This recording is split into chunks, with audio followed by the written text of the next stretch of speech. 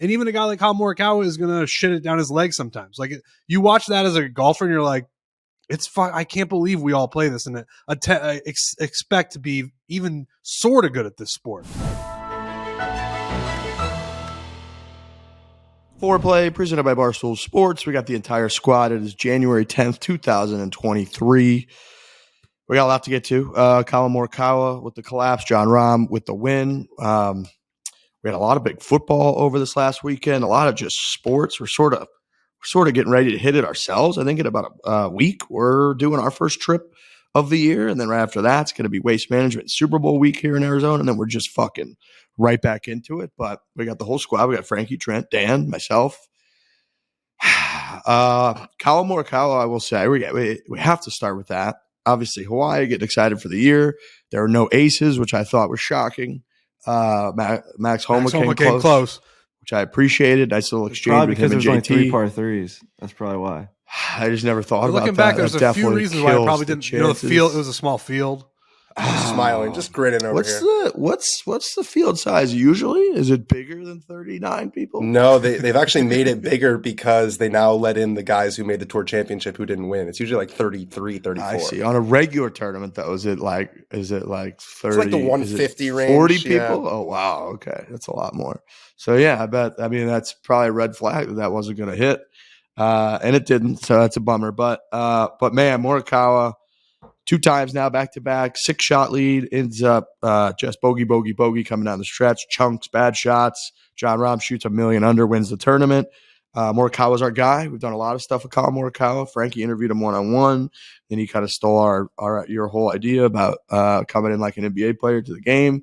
We've done a bunch of videos with him. We got some videos coming out with him this spring that are going to even elevate that more. Last year, he did the whole deal where he was hitting golf balls at Frankie and Trent in the driving range cart. So he's one of our fucking guys. He's got 2 major championships. Seeing him collapse like that, I don't care who you are, whatever, if it's the Hawaii event or if it's the U.S. Open, it's not fun watching somebody collapse like that. It just was so sudden too. Like that's the thing is the difference between this one and the Hero was the Hero, he made a mess in the beginning. I think his first tee shot was like a quick pull and he made a double bogey on the 4th hole, I think, and it was like over quick. What was so shocking about this one was it just flipped. He played the first 7 holes in 3 under. I think he like lipped out on 8 and 9. He's looking confident as hell. And then he gets to 14. The guy hasn't made a single bogey the whole week. He hasn't made a single bogey the whole week. Then he bogeys 3 straight holes, and he was the only guy the entire week to make 3 straight bogeys. So it's just just another example. We've been reminded of this countless times of how hard it is to win a golf tournament, especially when you're working on new stuff. He's working on a new pitching motion. He's working on new putting. And when you're under pressure, that's when the new things in your game really get tested. It held up for 65 holes. It did not hold up for 72 holes. Crazy thing about sports is you just forget how good he played because of how he finished. I say this all the time in hockey. Like when a guy's like has a couple shots around the net and he's like really like getting himself in good position and misses wide open nets, all the fans are like, this guy's having a horrible game today. And I always think like, how good of a game is he having that he's the only guy on the ice with all these chances? Yeah, they're not going in the net, but like the guy's got 5 shots on goal. He's missing all these opportunities, but he's also getting himself in those positions. The guy's fucking having the game of his life tonight. He's just not scoring.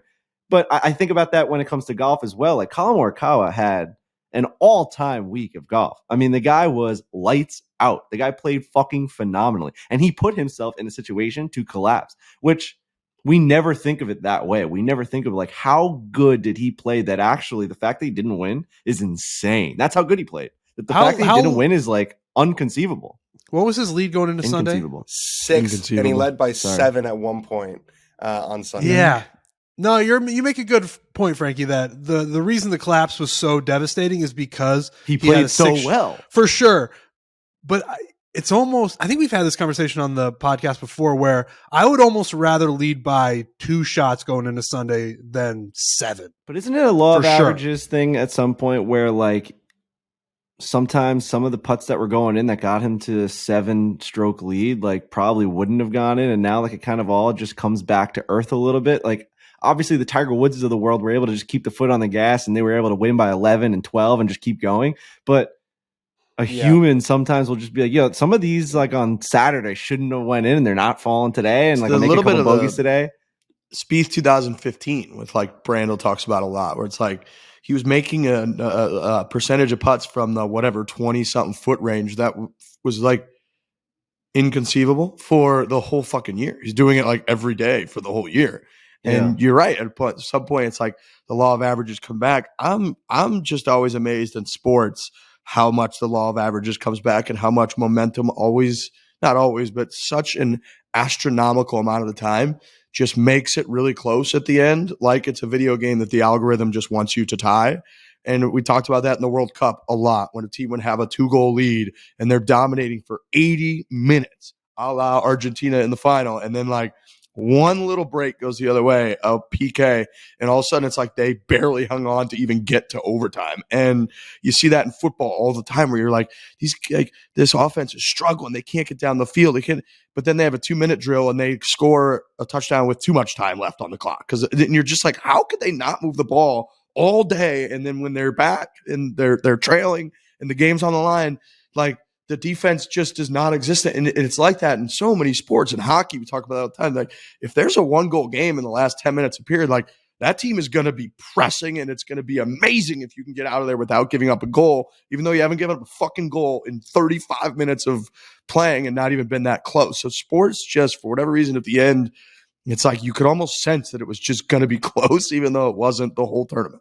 And the best and worst part about golf is that you have to start it and finish it yourself. It's not like baseball where you can be a pitcher, go out there, throw 8 innings of shutout ball, and then your job's done and you wait for someone else to finish it off. This would be the equivalent of like a guy throwing a no-hitter for 8 innings, and then the coach sends him out there in the 9th and he gives up a walk-off home run. And it's like all you think about is losing the game and the walk-off home run, but you didn't think about the first 8 innings where the guy didn't give up a hit or a walk. This is Collin Morikawa. Collin Morikawa threw a no-hitter for 7.5 innings, and then all of a sudden, it's our match against Max Homa. Couldn't throw a match strike. Against Homa. Walking think guys about like everybody crazy. Talks about how we lost and we blew that. We played unbelievable. Trent had like back-to-back birdies. Like we played the best golf we've ever played, and then like we could just sense the whole time in the back nine, like, oh, we're just not going to win this. I'm not saying it's not a collapse either. Like I don't want people to think I'm trying to like stand up for our TaylorMade guy Collin Morikawa. Like at this point, it is a collapse, but you have to be able to see the other side of collapses sometimes, where it's like the only reason he was able to collapse because he put himself in that position. It's not like someone started Collin Morikawa with a 7-stroke lead on Sunday because he won some fucking luck of the draw lottery ticket. You know what I mean? He fucking got there. Yeah. No, I spoke to his coach last night, and what he was saying was the way that they are processing it is if that was his first 9 holes instead of his last 9 holes, the takeaway for the week would be just how well he putted it and how good the chipping felt all week. But obviously that's not going to be the way that anyone else processes it. But once you're the person who does that, you have to think of it that way. You have to think of, okay, for 7/8 or even a little bit more of that, I not only was leading the tournament, but I was fucking dominating the best players in the world. The guy had a 7-shot lead. The other thing about golf collapses that makes them so possible and so tough to watch is how much time there is in between shots. Right? If you're playing hockey or you're playing basketball and you're collapsing, you can go out there and foul somebody. You can go to the hole. You can kind of chase it. Once you start chasing it in golf, the whole thing begins to spiral. So it's like once you feel yourself losing control, and it's such a small, fine motion that the smallest little hitch, I mean, you give him that pitch shot. I watched him hit the pitch shot he hit on 15. He practiced it like 6 or 7 times in the practice round because that's a ball where it feeds there a lot. There's a big slope and, there's all this trouble left. So you're naturally going to bail out right. You're going to come up short if you're hitting it right, and it's going to roll down that hill. And he hit that chip shot over and over and over again in the practice round. I watched it and he had no problem with it. He's hitting high ones. He's hitting low ones. He was doing whatever he want with it. He had one time where he needed to make solid contact and he full on chili dipped it. Yep. And, it's tough in golf too. A bit to Frankie's point of like the takeaway, if you look at everything in context, I just look, there's like Jimmy Connors or Corey Connors, them are like middle of the pack at 16 under whatever. By all accounts, like Morikawa last night should have been having a way better night than those guys. His game is so tight. He just finished second. He's got a bunch of money. He's got to feel great going into this full new calendar season, but he felt shittier to the point where he used the word sadness. He went on and say, I don't know, it sucks. Whereas, Hoagie or one of these guys who's like had a pretty strong finish is like, what a great day. What a great Sunday. What a great week. But like, Or in Morikawa Hawaii. had a better week. Like that guy had a better week. And so all the context on that is huge. The collapse part is always tough in golf because it's so magnified because it's so obvious. And in other sports, a collapse is mostly a team effort that's very rarely going to be super obvious. Maybe the goalie lets one in from like the red line or something, but like how often does that happen? Or, it's like a team starts to just give up more yards than they were giving up. And it's like you can't pinpoint necessarily a collapse unless it's baseball and all of a sudden there's like 4 errors in the last inning. Like you don't really get to see a collapse, whereas out there, the guy makes 3 bogeys in a row that only got to do that all week. And you're like, oh, collapse. That's a collapse. And it's just like you can't escape it. You're collapsing. And like when Spieth said that in the 16? He's like, we're choking, like, Michael. We're choking. I feel like we're choking here. It's like, oh, shit. You're running down the hill. It's tough. It's fucking tough. But the flip side of that is Jon Rahm, and I think if there are certain names in modern golf that you just don't want breathing down your neck, and Rahm literally and figuratively, that is a big man with a beard and a sweaty guy, and he's making a lot of birdies. But it's like JT and Rahm for me are those guys who like they can catch a heater. You know what I mean? And Rahm he bogeyed the first hole. He played his last 17 holes in 11 under par. And he won by 2, right? It wasn't like he even clipped him by 1. So Collin would have needed to shot 3 under to get into a playoff. So it's not like the most, he still shot under par for the day, but just the way that it played out and that quick flip was really, it just made it really, really difficult to swallow. Yeah, and it's funny because the Rory comparison when he obviously didn't hold on to win the Open at St. Andrews was like, we were kind of debating the collapse, like the accuracy of the collapse logo on that because he didn't make a bogey, right? He just he just had all these chances and it wasn't like there was a chili dip that you could point to of like collapse, you just couldn't do that. He just played pretty solid, but not like over the hump to get those extra birdies. Whereas this one and the Spieth one and the like those are just things you could point to and be like, yep, that's a chip shot he hasn't hit all week. He hit that horrible chip shot, chili dip collapse. And that weighs on their mind. Like they know when they're collapsing. So yeah, it's part of the it's the painstaking part of golf, but like as a viewer, that's a part that makes it amazing is you can feel it in your fucking living room what he's feeling in Hawaii, basically. Right. Like how are any of us supposed to be good at golf when like we all get nervous about different things on the golf course? Collin Morikawa is trying to win a tournament. He's trying to win $2.7 million. And we're trying to, hit a certain number when we're out there. The prizes are different, but the pressure is the same. So when you watch a guy like Collin Morikawa, maybe not the exact same. I'm not going to they're not apples to apples, but they're similar in that when you're trying to accomplish something, the pressure goes up and you're way more nervous. And even a guy like Collin Morikawa is going to shit it down his leg sometimes. Like you watch that as a golfer and you're like, it's fun. I can't believe we all play this and expect to be even sort of good at this sport.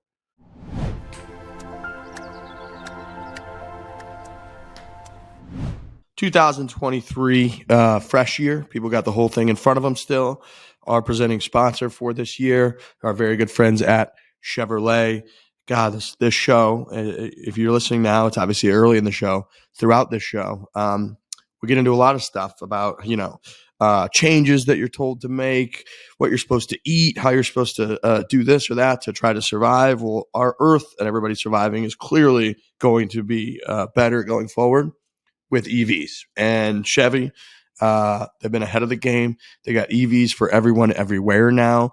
A bunch of their favorite lines that you've heard of, Bolt, Silverado, the Blazer, which we rave about here.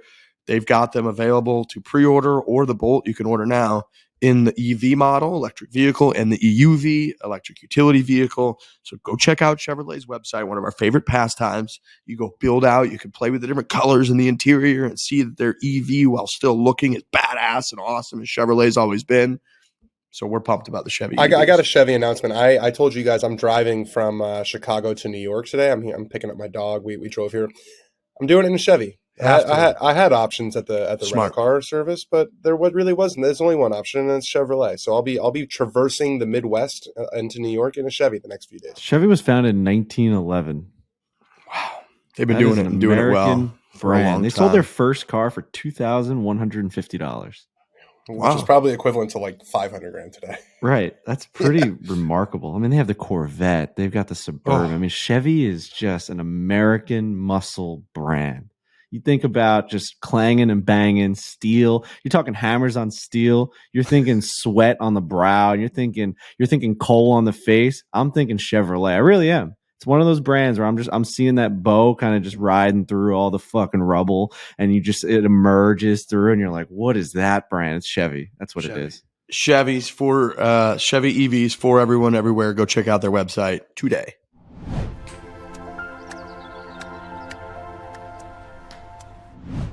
Without giving away too much, imagine we were able to release our TaylorMade video with Collin Morikawa this week. Oh my goodness. God. That's a tease for what we've got going on. But there's a lot that happened in that match there's a lot that happened that would be quite entertaining for people to see this. It'd be a little relevant. Very relevant.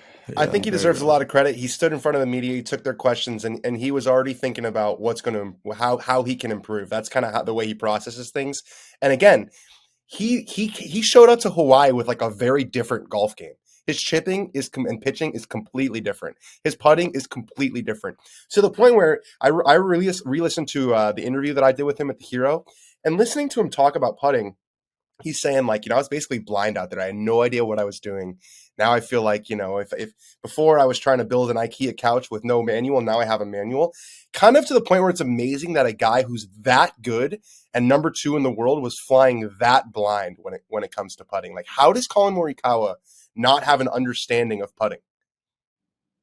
I don't get that. It's kind of bullshit to me. It's like he didn't understand putting. Like, come on. I mean, watch him make putts to win major championships. That's what I'm saying. Like, he's led the PGA Tour in putting multiple times per week. Obviously not a great putter. Like, he's very inconsistent, but he's had great putting weeks. But I guess what he's saying is, like, for him, the great putting were just kind of random. He didn't really have any idea why they were happening. Now he sort of says he feels like he has a better understanding of why he hits good putts or why he hits bad putts. But it's right. You'll hear guys talk about that and you're like, really? Did you really not understand putting? Did you really not know how to chip? Because I've seen you win tournaments against the best players. Like, I don't understand putting. We know a guy that I also like to say that I would skip out on the media so fast if I played around like that. Like, I know we've got guys in this podcast who are the media members and they want to like talk to the athletes. I would skip out. I'd be gone. I'd be in a car back to the hotel. Just like, I don't want to talk to anybody. And what's different about golf and other sports they are contractually obligated to give interviews, right? And they can get fined if they don't. That's not the case in golf. There's no rule. They can just leave. Yeah. See ya. Yes. Fucking deuces. See ya. I just lost. I mean, he won $1.5 million. I'm looking at the purse. The purses. It's insane how. Last place $200K for last place. Dude, Jon Rahm made $2.7 million. Collin Morikawa made 1.5. It's like, what the fuck are we talking about? Not a bad week. But I still would just be like, fucking see ya. That 2.7 number I saw was shocking when that came across my desk. That's what they're all going to be now. $7 million he made out in Hawaii with the whales, and they're fucking around under the stars. Mike Essie, crazy at that. 2.7 is a lot, but I wonder if you told it's inconceivable. It's inconceivable. I wonder if you told Jon Rahm that yes, you won $2.7 million, but Todd Lewis has to shake your belt after. I don't know if he takes that deal. I saw this happen post round last night. Came across your desk last night. This came across my desk last night. I'm watching the golf. Todd Lewis comes in with the most aggressive handshake of all time from a distance, dude. Like, I've really never seen someone cock it up like that. I know Trent did with President George W. Bush. I also did it with Rory but dude, this was like a 3-step walk with this hand out, and he's walking slowly. Rahm looks at the hand for a good second as it's coming in and watches the video. I put up a bunch of like stills because the fucking Golf Channel will just ruin my Twitter if I put up a video. He looks down as Todd Lewis is he had to resort to legitimately shaking his belt. He puts his hand on his underbelly and just shakes his belt like he puts his hand on one of the loops and just kind of moves it up and down for a second. It was a wild scene, something I've never seen before in sports history.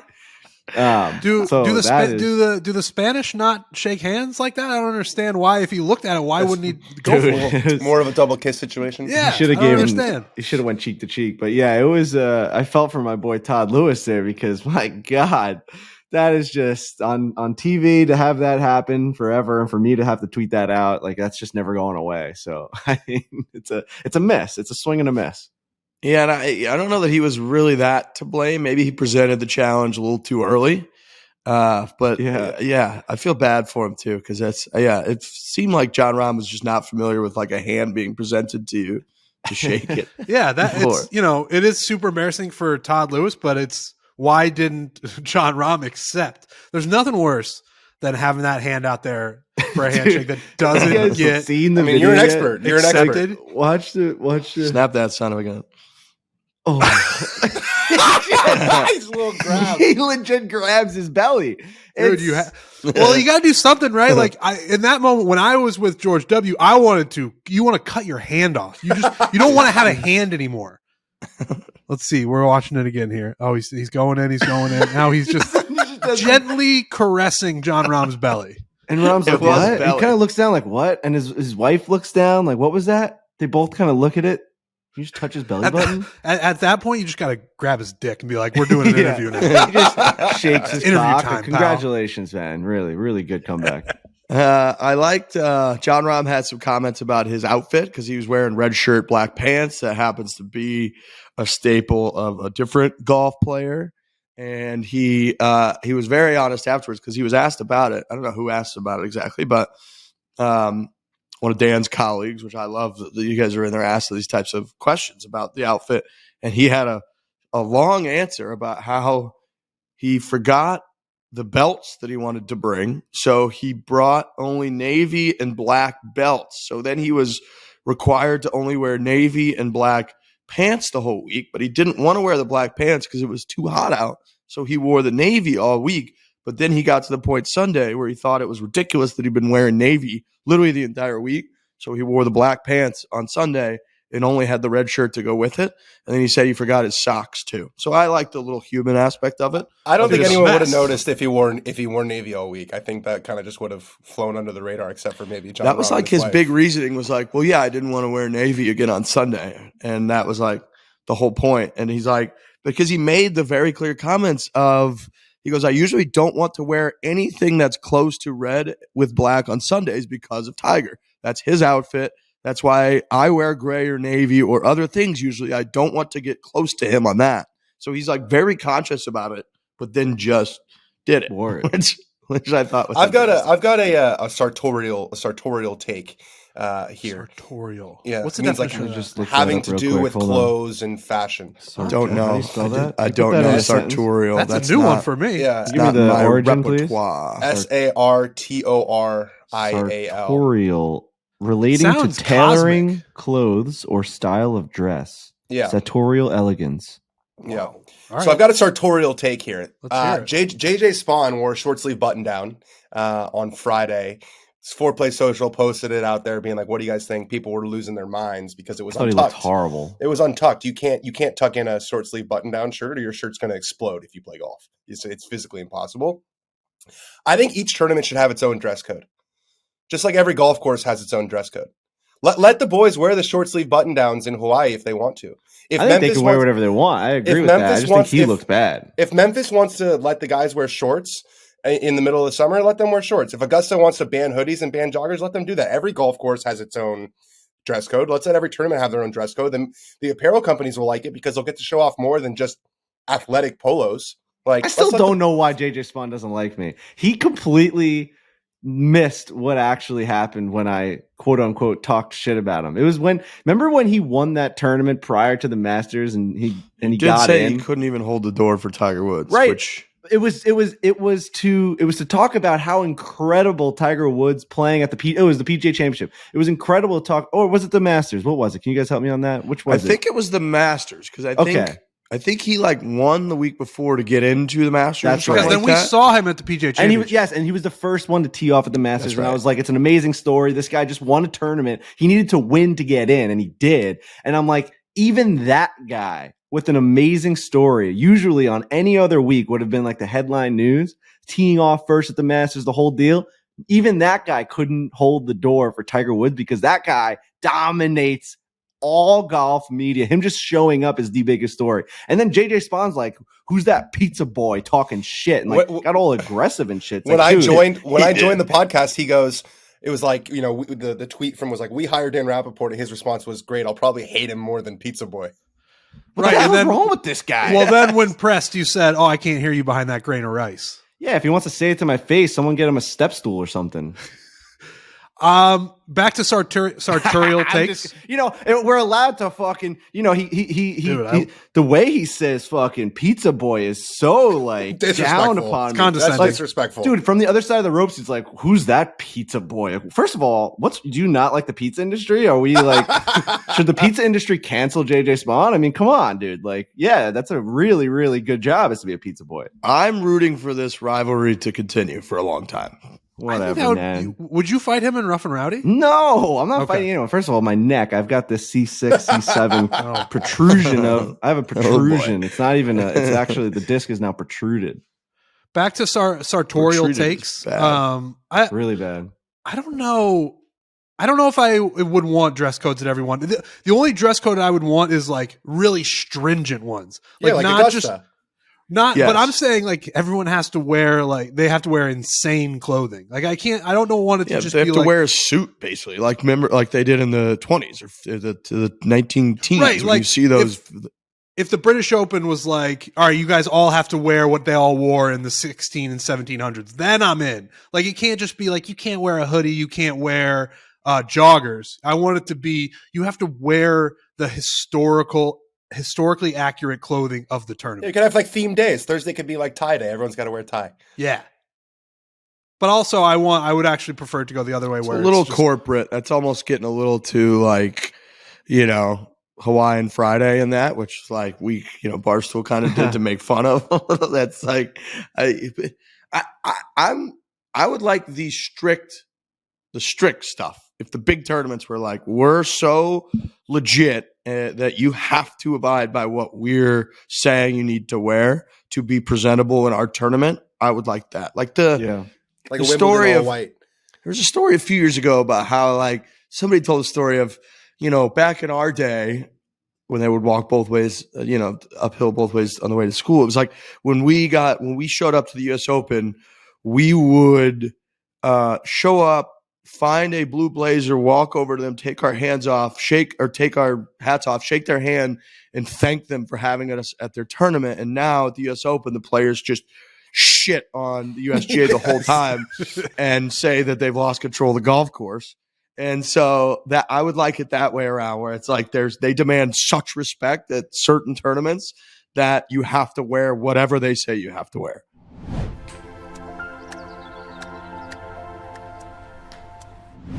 You've got New Year's goals. I know you do. HelloFresh, okay? HelloFresh is here to help you achieve them. You can skip the grocery store and take control of your time and budget with delicious recipes delivered right to your door.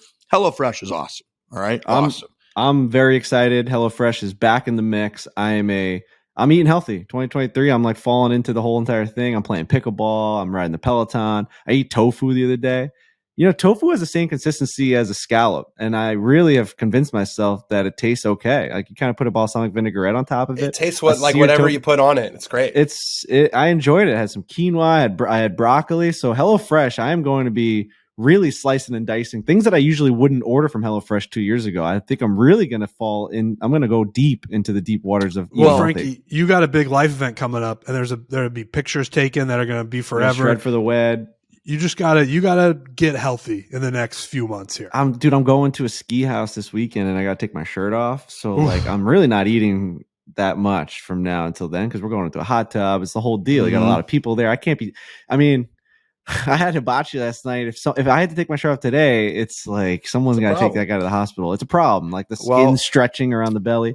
With HelloFresh, eating well in the new year can be stress-free and delicious. With over 35 weekly recipes, they have the options you're looking for to help you achieve your goals. Choose calorie-smart and carb-smart recipes, or even customize select meals by swapping proteins or sides, upgrading your proteins, or adding protein to a veggie dish. We love HelloFresh. I'm pumped that they're back. Go to HelloFresh.com/421. Use the code 421 for 21 free meals plus free shipping. So I hope you're listening right now. That's code. This is all together. FORE21. That's 421 at HelloFresh.com/421. And you can get 21 free meals plus free shipping.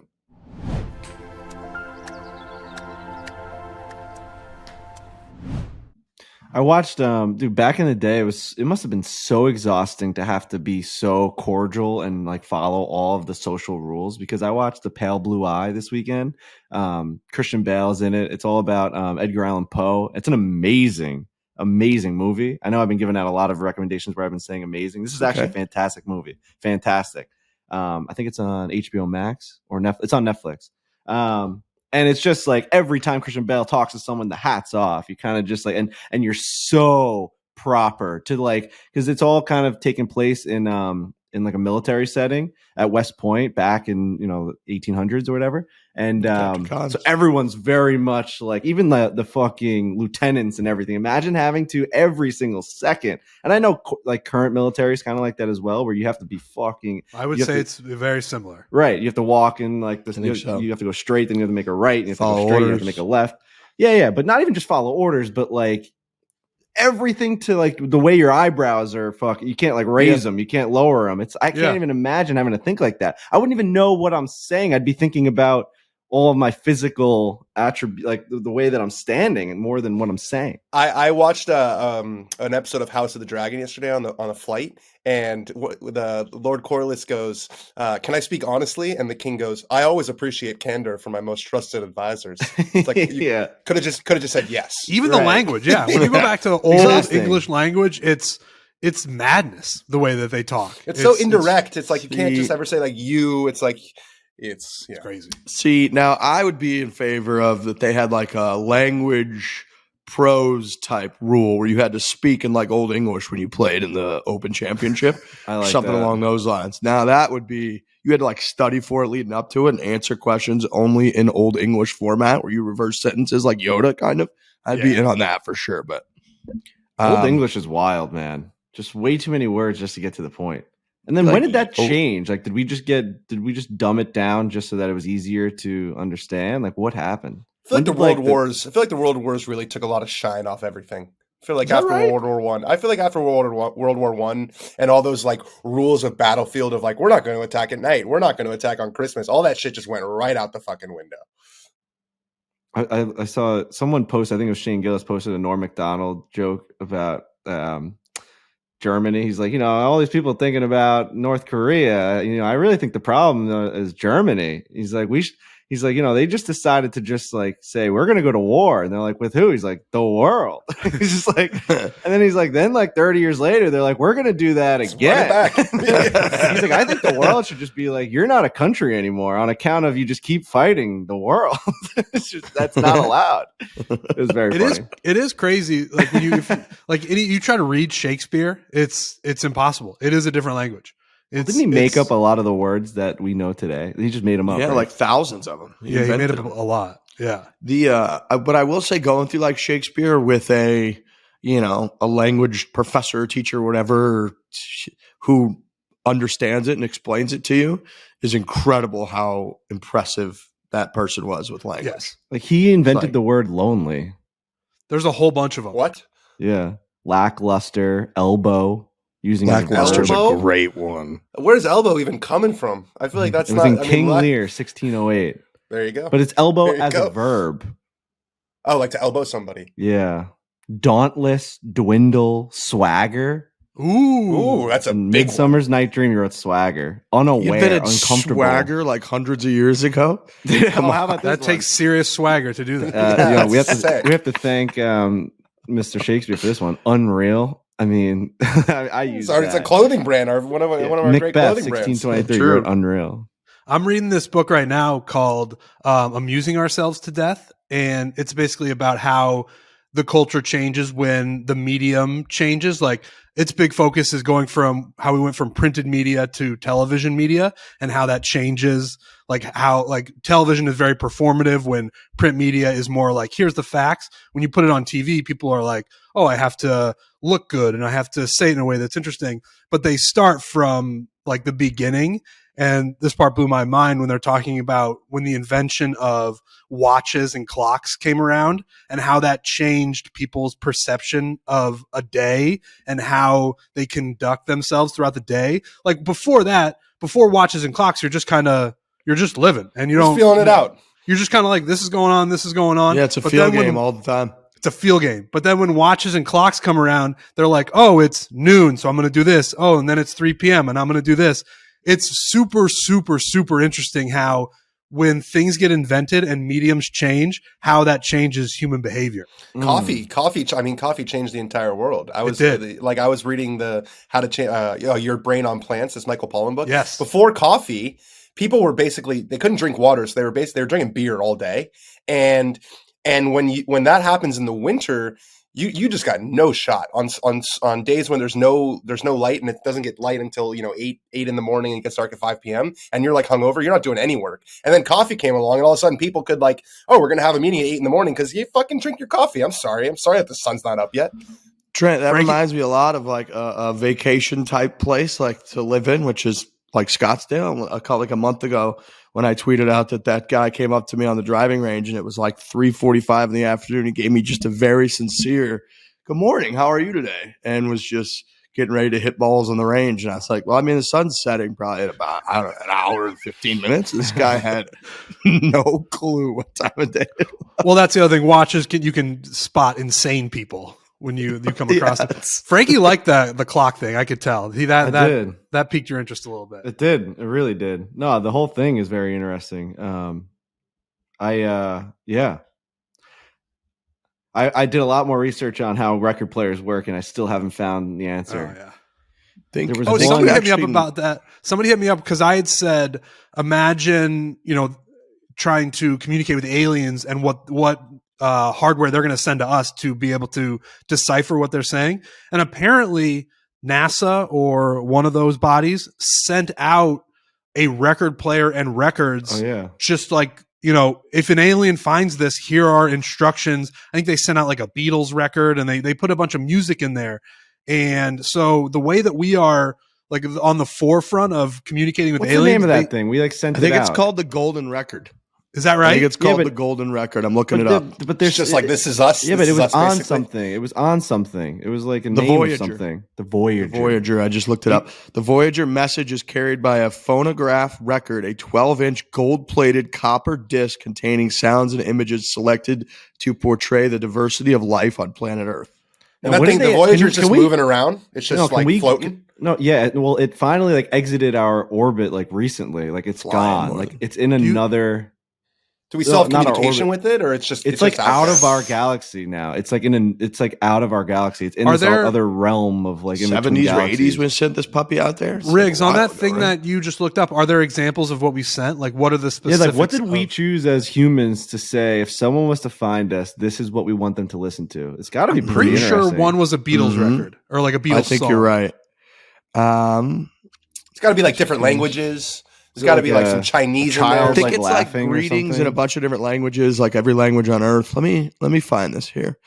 Playback. What a fascinating fucking project that also, would be. There's no chance they know how to in the 70s. No chance they know how to play that record.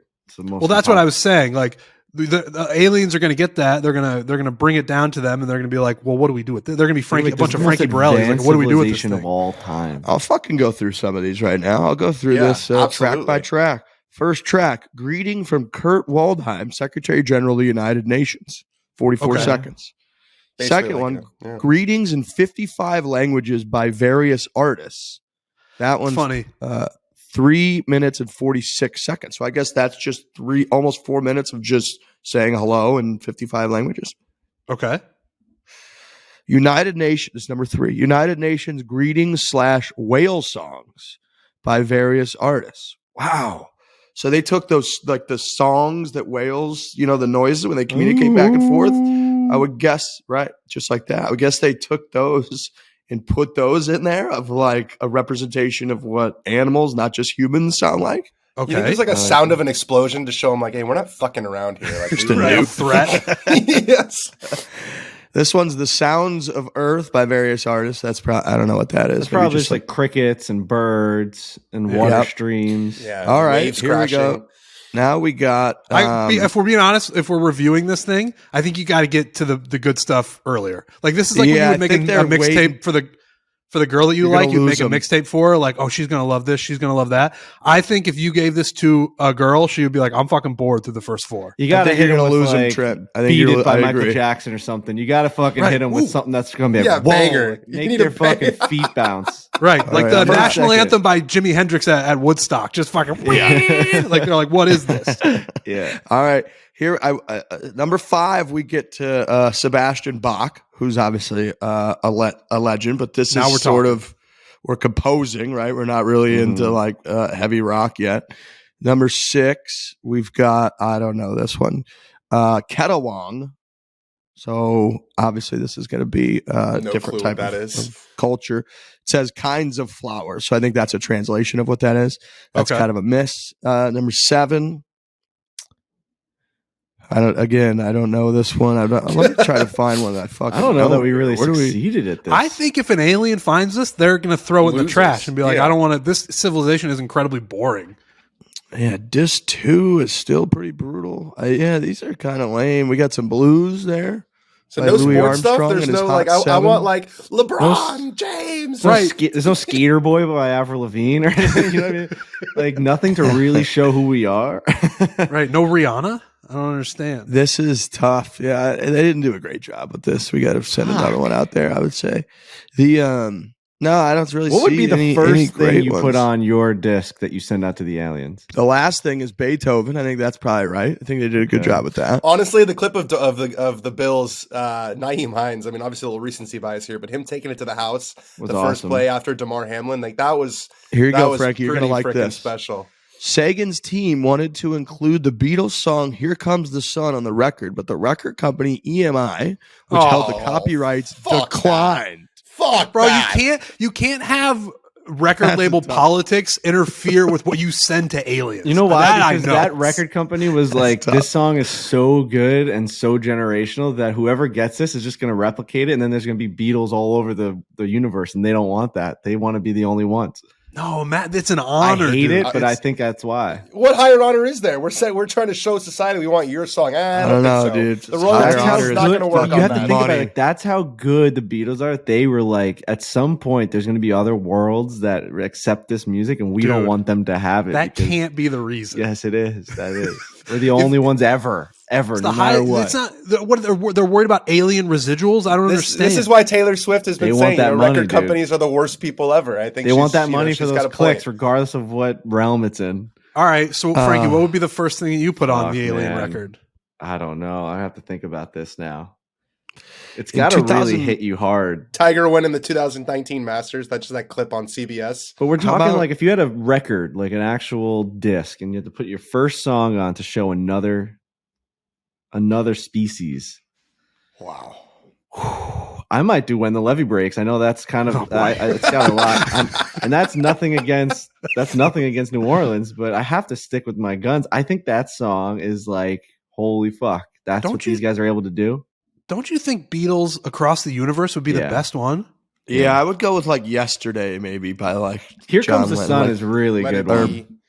Let It Be by Lennon. Yesterday, like something that's very peaceful because I feel like those are very like Well, happy I mean- a little bit. And I mean, the 20th anniversary just passed, but I would put 50 Cents into Club. That'd be the first one I would put in there. If the aliens want to party, they're going to love that the most. But Yeah.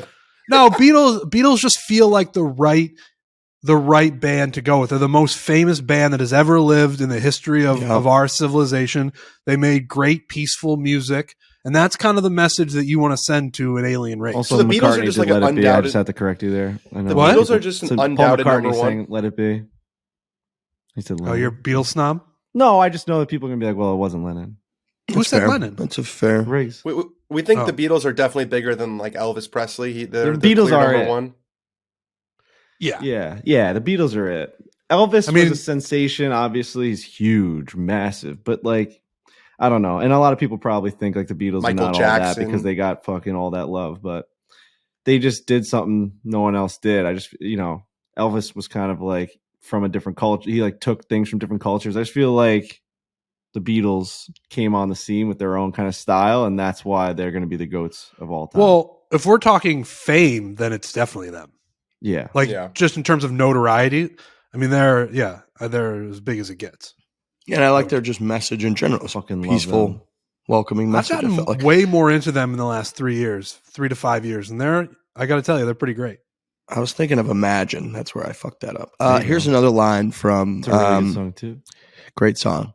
This is from Ann Druyan, who said in 2015, yeah, that was one of those cases of having to see the tragedy of our planet. Here's a chance to send a piece of music into the distant future and distant time to give it this kind of immortality, and they're worried about money. We got this telegram from EMI saying that it would be $50,000 per record for 2 records, and the entire Voyager record cost $18,000 to produce. However, this was denied in 2017 by somebody else. I don't believe that guy. And that's a psycho number. $18,000 is all they spent to send this thing to to make this record. $18,000. I guess to make the record. I'm gonna type in where is the. Here's Voyager? another one. How about this? This is funny. NASA uploaded the entire audio contents of the record to SoundCloud in 2015. They're just plugging their own SoundCloud. I'll absolutely listen to that when we're done here. I actually want to hear what they put on there. It would be funny if technology has advanced so much since the time that they sent this out. Like, let's do another one and put it at a speed where it just passes the one that they put out in the 70s. So we don't. Right. That one is so boring, dude. Voyager 1 is now billions of miles outside the heliopause, as far as the boundary as Neptune is from Earth, and speeding onward at about 1 million miles a day. It's still only about the distance that Neptune is from Earth. It feels like it should be way farther, doesn't it? It's been going for 40, 50 years. And it goes 1 million miles a day. Neptune's out there. That's a lot of miles. I think that seems like a lot, but I guess. Now we sent out Voyager 2. What was on Voyager 2? Did we have like a second chance at this with the? What was on Voyager 2? When did that go out? I don't know. I'm seeing this right now. Voyager 2 is a space probe launched by NASA in 1977. Oh, they knew they fucked up. Right, it's a redo. Both Voyager spacecrafts carry a greeting to any form of life should that be encountered.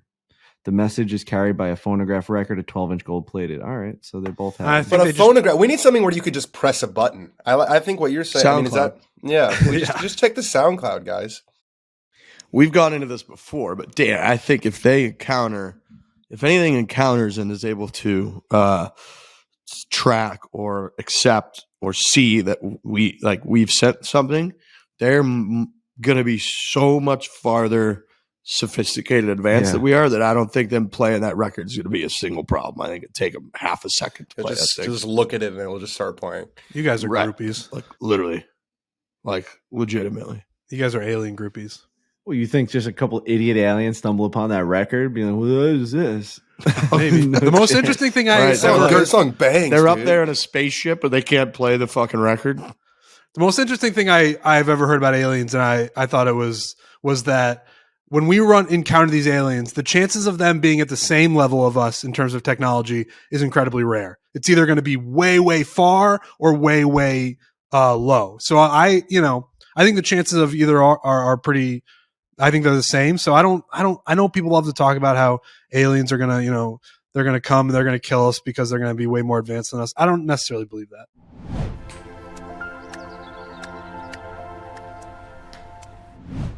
I have a confession. I went to Tommy John's website last week, and I didn't email anybody begging for stuff, asking for this, asking for that. I just went to Tommy John's website. I do this about once a year now, and I just spent about $200, and I got boxers that are going to now last me for this entire year because I couldn't even fathom being in anything else. And the travel that we do, you got to pack. You're not sure exactly when you're going to be able to do laundry, how fast you're going to be able to do it. Tommy John is the most comfortable, the highest quality, the best material for this type of garment, which you need to live as a person. And it's not even close. So I'm proud to support them. And I'm very excited this week. My package comes in with all my new Tommy Johns.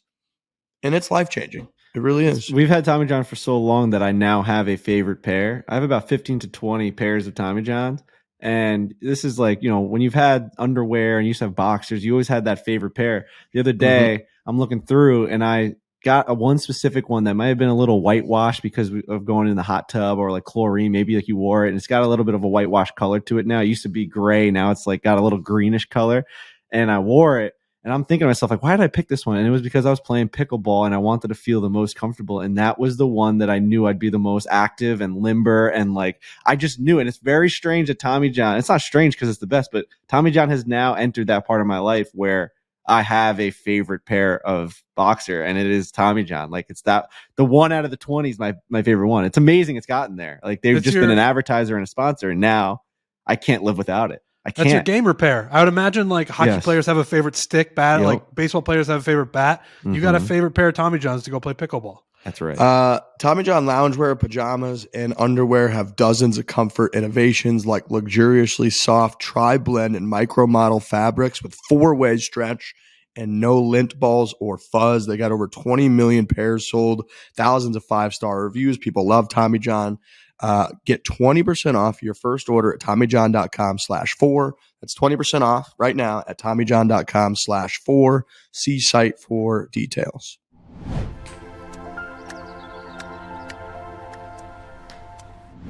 How about 65 million years ago? There were just giant lizards running around this place. Massive lizards everywhere. And now we use their bones for fucking Content. gas. We do. Which is we need something that we shit, don't man. think about. We need that stuff. There's people out there that like don't believe in dinosaurs, even though like it's literally called fossil fuels. Are there people that don't believe that dinosaurs were real? Well, if you accept Lord and Savior Jesus Christ as your but the timing is all off. What do you mean? The world started 5,000 years ago. Right. True. That's what I was told. That's what I was taught in Hebrew Timing's a school problem. with a straight face that we maybe they didn't have watches and years clocks old yet, so they didn't know. There are a lot of people, Frankie, to answer your question, who believe that dinosaurs roamed the earth with humans because of the Bible timeline. Because of the timeline, and they're like, oh, there's all these things in the Bible about these great beasts, and maybe those were the dinosaurs. Right. I'm not buying it personally. I'm pro science. Just want to get that out there, but there are people who believe that. Do you in Jurassic Park? When they use the fly and the whole deal, and then they bring the dinosaurs back with the DNA, I felt like that was pretty convincing. So I'm kind of surprised they haven't figured out how to just do that. I think Clem has always been on top of these blogs about he'll see like some sort of lab is working on like the Jurassic Park model. And I remember recently they actually someone was successful in something, and I don't know whether it was creating a random animal out of just whatever, like taking the dead particles of another one and creating a new one or whatever it was. I'm obviously butchering whatever he blogs about, but he's always on top of like, they should not do Jurassic Park because have you ever seen the movie? They just like overtake the world. Why are we doing this? No, I'm not saying it's a good idea, but I'm surprised they haven't done it. Because like if they can just clone humans and other stuff, like they should just be able to clone the dinosaurs stuff. Yeah, you'd think there'd be like DNA in the bones that we have. It's got to be able to find it somewhere that they can. 2018, Clem said the scientist who has consulted for every single Jurassic Park movie thinks that science is 5 years away from bringing back dinosaurs. When did that go? That was in 2018. Oh yeah, that's this year. We're there. Yeah. All right. Soon enough. Right. Time to put up or shut up. I could see like Putin or somebody weaponizing them pretty right if they came up with like bringing T-Rex back and he's just been incubating and holding on to them for this time and they're about to be adults and he's just going to unleash them on Ukraine. Strap a nuke to the little arms of the T-Rex. It's just like real Dr. Evil shit. I heard Putin's on the way out. He would be a great candidate to just be like, I'm putting dinosaurs on Earth before I leave. Yeah, Putin's not doing so hot apparently, huh? I saw one tweet. Is that the latest? I think saw that health-wise, he has cancer, doesn't he? That's what I saw. One tweet that said he has cancer and he could die soon. There's been whispers, I feel like, about that for a while, but Yeah. is he super paranoid and he like won't even get within like he sits like they has these super long conference tables and he sits at the other side by himself and like holds meetings with people? He definitely still has people like sampling his food like he's a king in the 1500s. I mean, he's a piece of shit, but if you're Vladimir Putin, you gotta people are out to get you. Is he going to miss Ovi break Gretzky's goal record?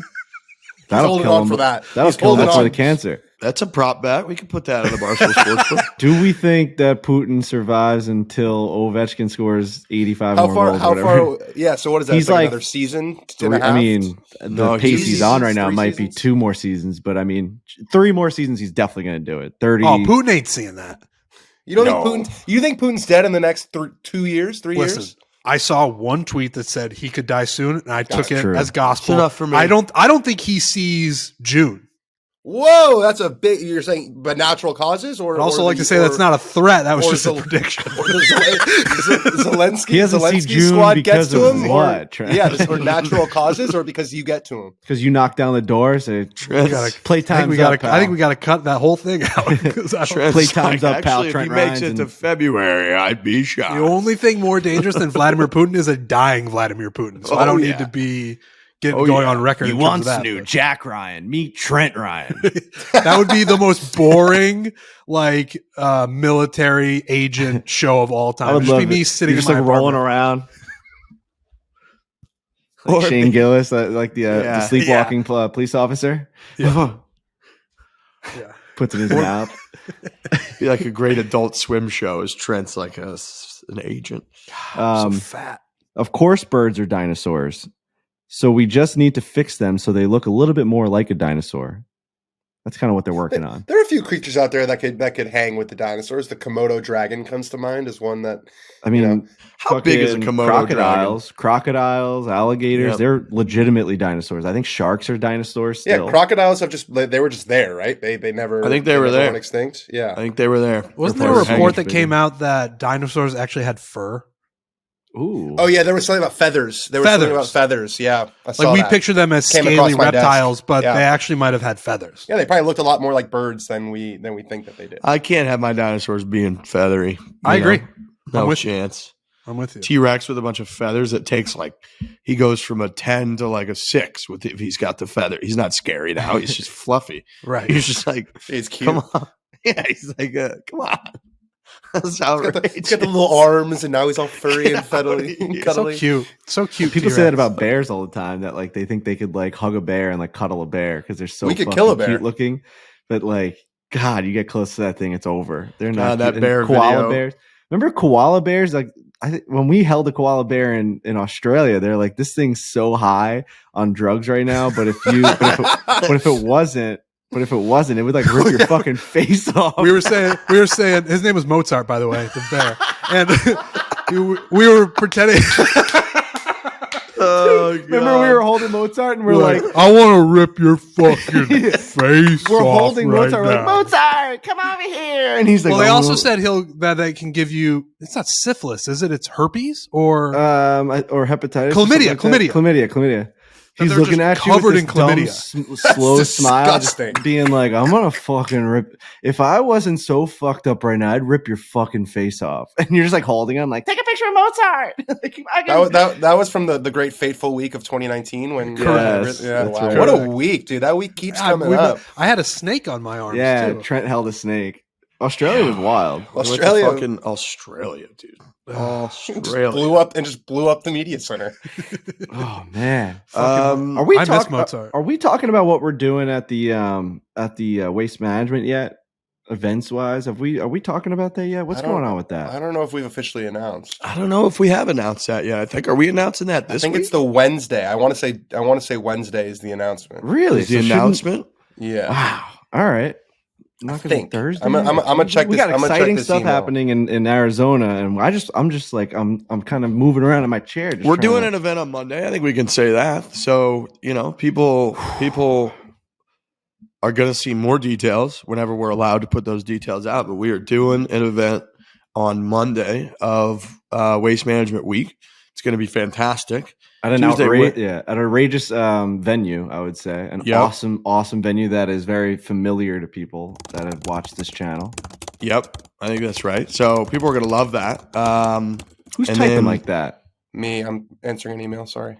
Oh my god, that was fast. You're a fast typer. That was a really. Do you fast have a type. typewriter? What was that? Was the audio on that was kind of shocking. No, Trent, don't you do something weird with typing? Don't you do like all pointer fingers? Hunt and peck. I'm a pecker. I don't use. We called it home row growing up, where you put your fingers like in the. What do you guys call it? You guys call it they got the little ASD. The little bumps on the F and the J. Those mean nothing to you? Oh, dude, that was what was the light bulb in my learning days, was the little bumps, and you just kind of hover your pointer finger over the bump, and that's your left hand. The right hand's the other bump. Trent was doing the pecker in the original promo or intro for the stool scenes. Remember that? Mm-hmm. That was a huge part in slow mo. You were doing. Listen, I had a moderately successful blogging career doing all pecs all the time. Can you type without looking at the keyboard? Oh, that's a struggle. No, I don't think I could. Did you not have typing? Did you go have like typing classes when you guys were kids? Yeah, I think I did enough to pass it, and then I just went back to what was comfortable. I will say I think I was right at the edge. I think like literally I almost was just almost too old, but like they introduced typing classes at like my age that year, and then people after me, I think. I will say it's people would think that the pecking is slower, but when I get going, it's just as fast as a regular. Just wham, wham, wham, wham, wham. I probably couldn't do it as well anymore, but when I would get going, those things would come out hot. I remember You're fast little pecker there. We took a lot of like typing classes, but the one that really stuck to me was this multimedia class that I took. It was Miss Moisen was her name at Woodland Middle School. And for some reason, that class always sticks with me because we learned a lot about like computers for sure, but then also advertising. And like that was the first time that I realized like how important and how subliminal advertising was. And we would watch like all of these like shows and like TV like commercials and show like just how subliminal things are. It was fucking really eye opening for me. I remember being in 7th grade saying like, this is insane. Like Derek Jeter doesn't like Coca-Cola. Like it's just, he's all like, it's just, you're right. I remember we did a whole week on hidden logos. And that was like the coolest thing I've ever learned ever. Like all the sports logos, like all the things you see within a sports logo that you never actually see. Like the Milwaukee Brewers is like a huge M. And you're just like, no way. I remember being like, no, in the back of the class. Like, and she'd put another slide out. I'd be like, no. Going nuts. I remember a class like that, and one of the most interesting exercises that we did was we watched commercials on mute. When there's no sound. Ooh. If you watch commercials on mute, it's a whole different experience. When you're watching it with sound, you're sort of just like you're getting pulled in each direction. But when you watch it on mute, you see what they're trying to do. If you're watching TV, try this for just 1 or 2 commercials. Watch it on mute, and you will see clear what they're trying to do. It's really interesting. Is the theory on this because people like don't pay attention during commercials, or they're not listening? Just, like what? I don't know. It's just like when you don't have sound involved, you have to focus more on what's actually happening during the commercial.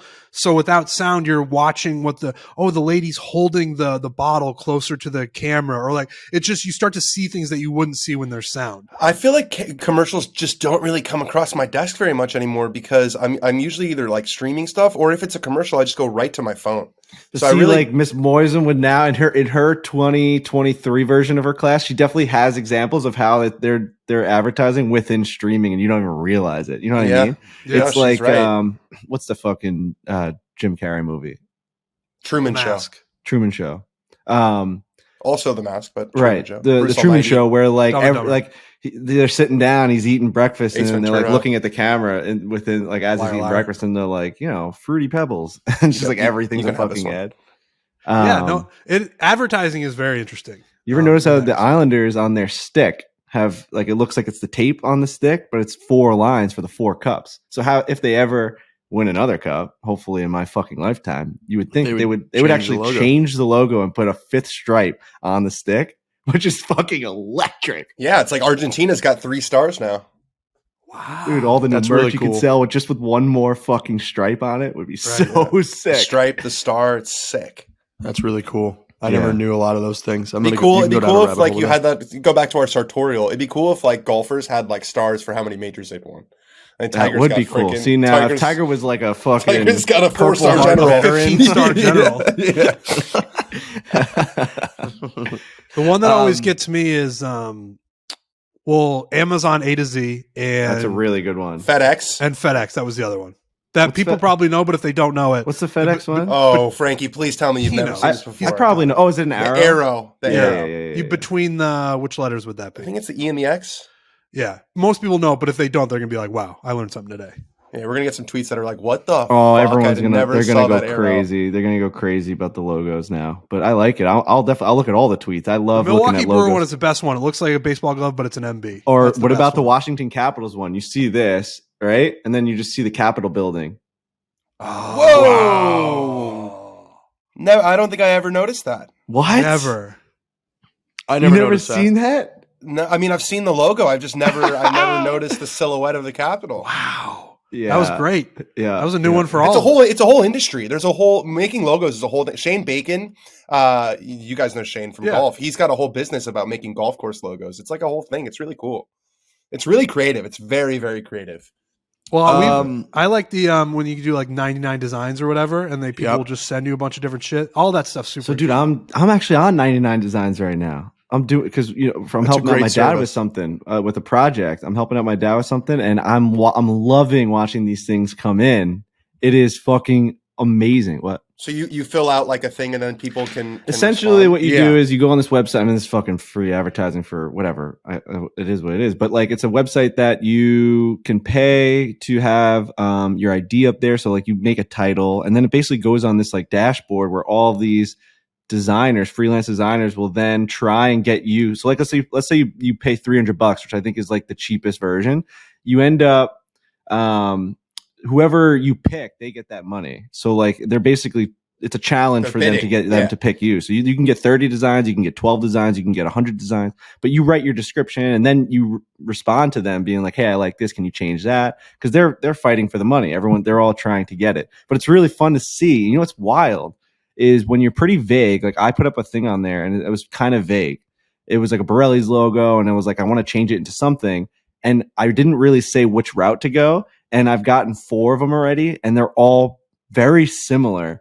Where like it's weird. I'll show you guys off because I don't want to talk about the project just yet. It's actually exciting stuff, but it's fucking weird how like these designers have the same thought, but they change. You know what I mean? Like I'm talking like colors were exactly the same in the same spots. Very strange. The fun fact: the Dad Bod Classic logo was from 99 Designs. There you go. go. Josh is there.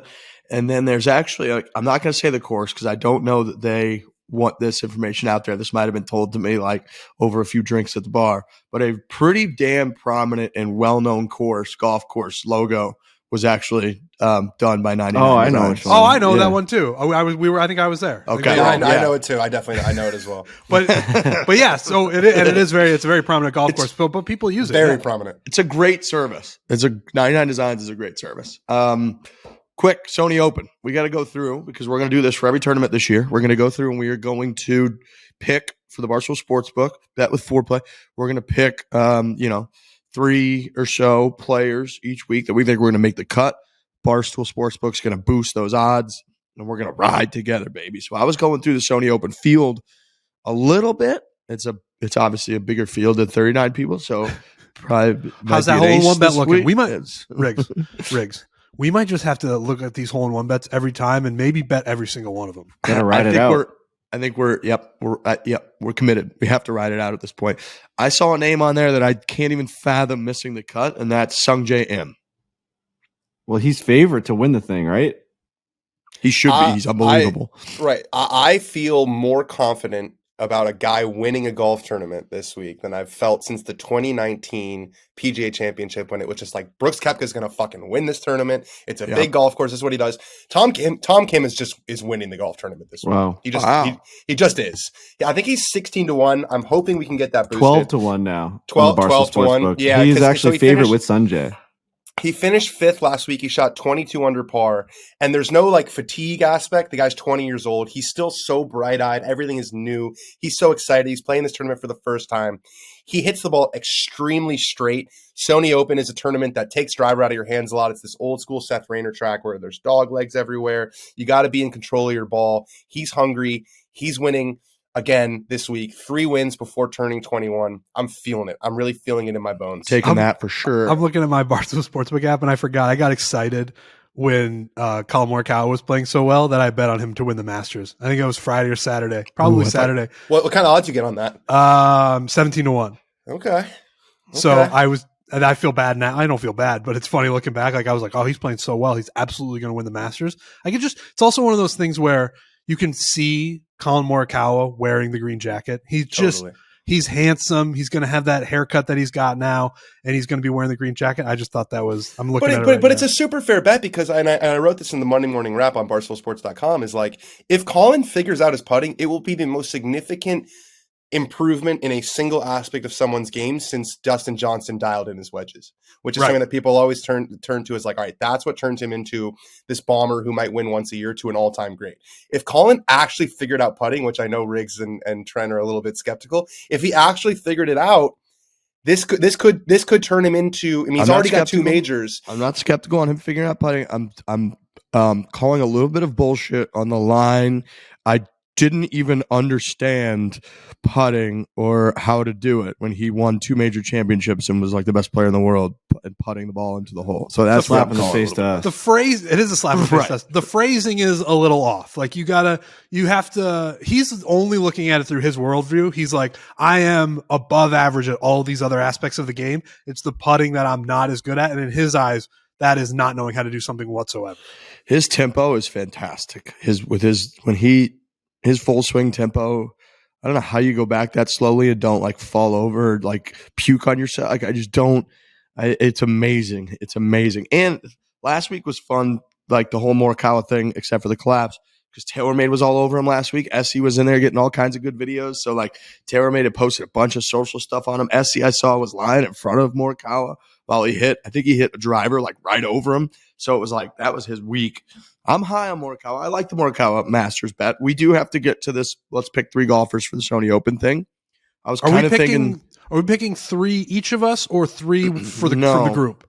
Let's pick 3 from the group that will then have Barstool Sportsbook will put them together. I'm going to go with one.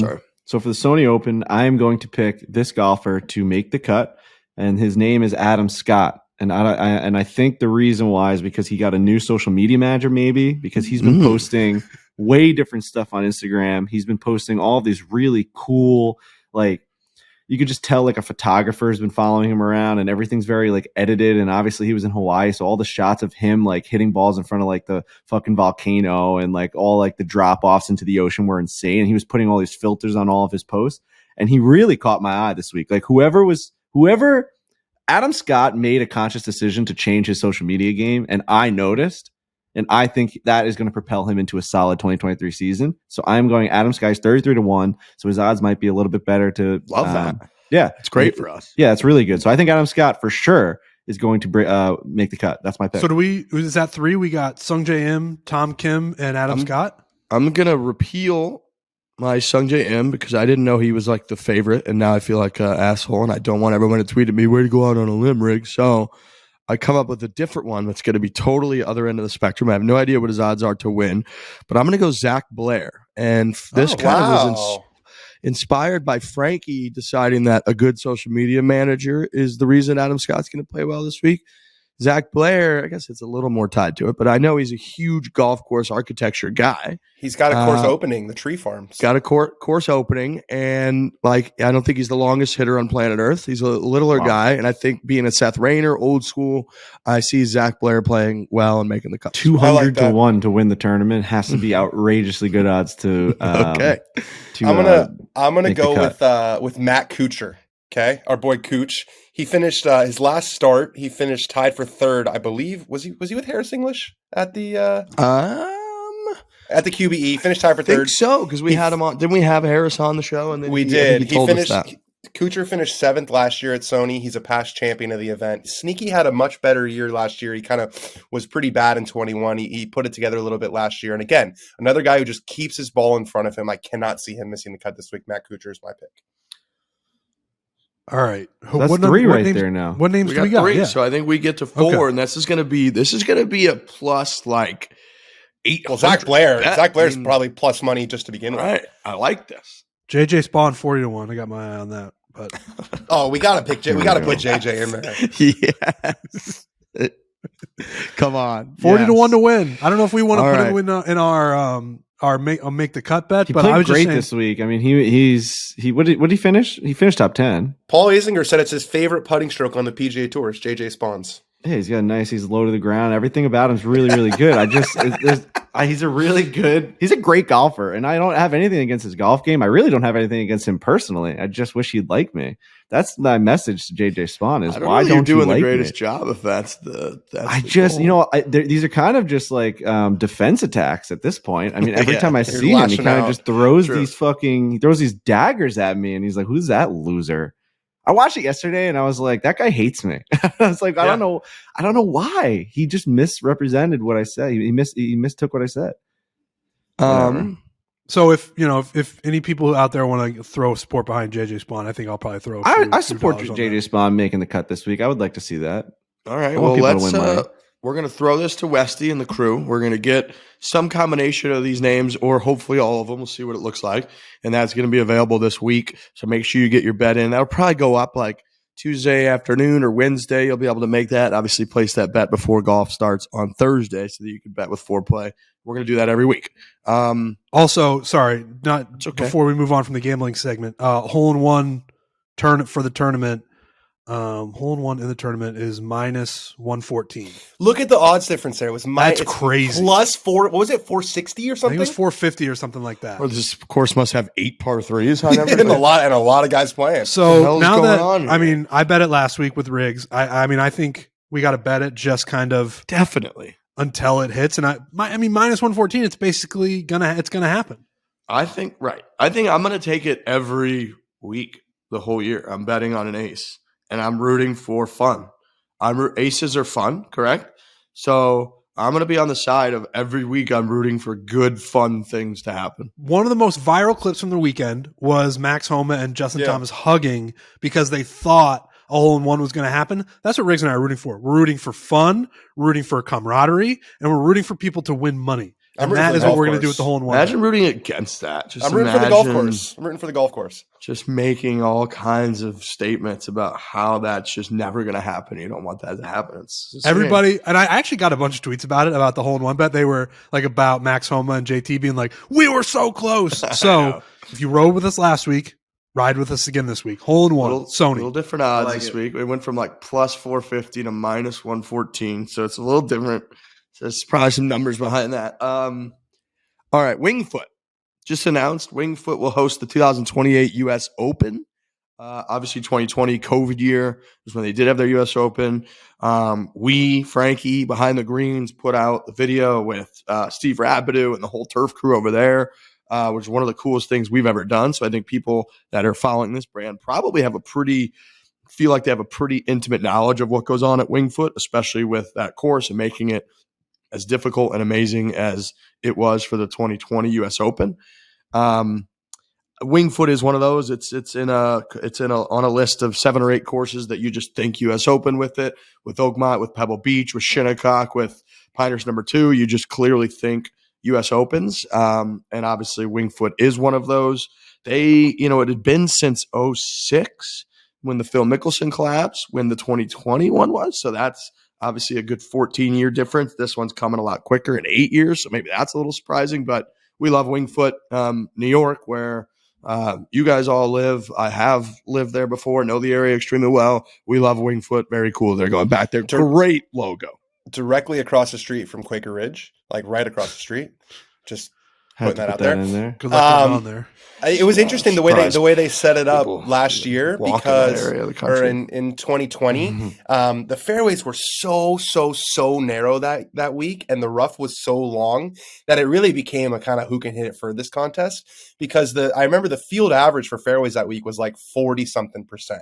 So if everyone's missing fairways, then it's about who can get up there. I think closer. it was way lower than that. Maybe it was lower than that. But I just remember a lot of guys coming off being like it was so hard to hit fairways that it played right into Bryson's hands because it was just about who can fly it furthest and who can have the shortest club in from that insanely long rough. So it'll be really and Winged Foot's kind of a unique course in that it's you can run it up. Like there's not a lot of bunkers in front of greens. There's areas to run it up. So it kind of played perfectly into Bryson's hands. So I'll be interested to see how they set it up because guys were definitely complaining about that last time.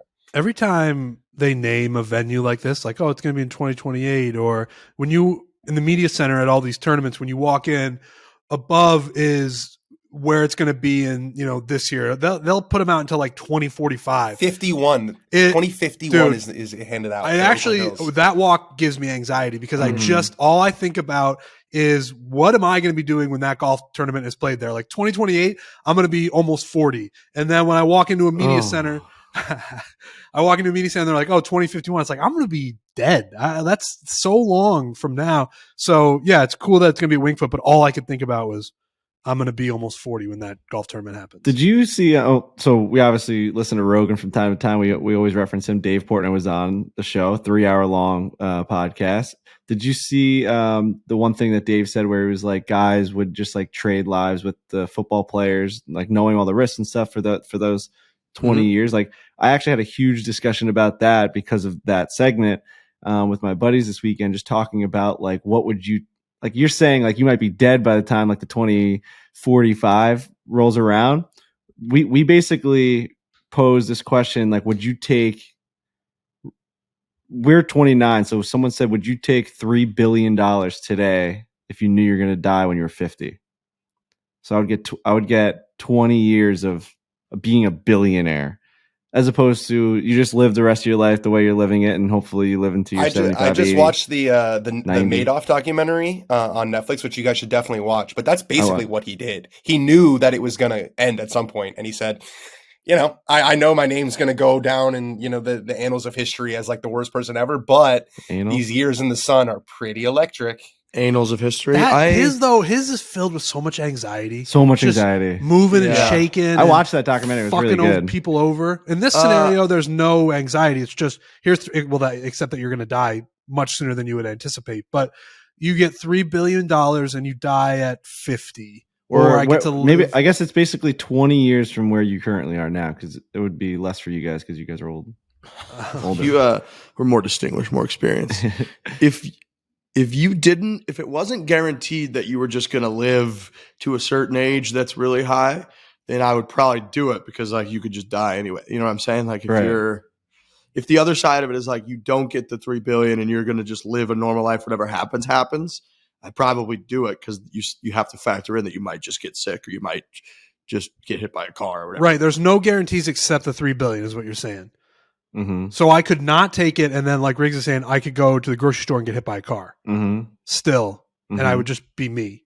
Right, but I mean, at law of averages and like the way life expectancy is, you're going to live until like 87 or 84 or whatever. Is that the average? It's like once you get past 50, because life expectancy factors in like people who die at a really young age. I think it's like once you get to 50, it goes up to close to 90. Yeah, people are advancing. Average life expectancy we're getting healthy. Is like almost 80% or 80, 77.8. So almost 80 years old. With all the people dying at like whatever, so much younger. I think that factors everything in. So 2020 U.S. Open, Bryson hit 23 of 56 fairways, 41%, and was tied for 26th in the field in that stat, which is pretty good. He picked up 5.3 shots, strokes gained off the tee, despite hitting 41% of his fairways. That's one of my favorite things from that U.S. Open. We did that video with Steve Rabideau. It's one of the best videos that I think I'll ever have my hands on. I watch it all the time because it's something, we're not in it, so you can just go back and watch it, and I don't have to cringe and like want to throw my phone out the window. It helps a lot. And we just like stumbled just upon. Not be in videos anymore. I know we do. We would be way better. People would just like us.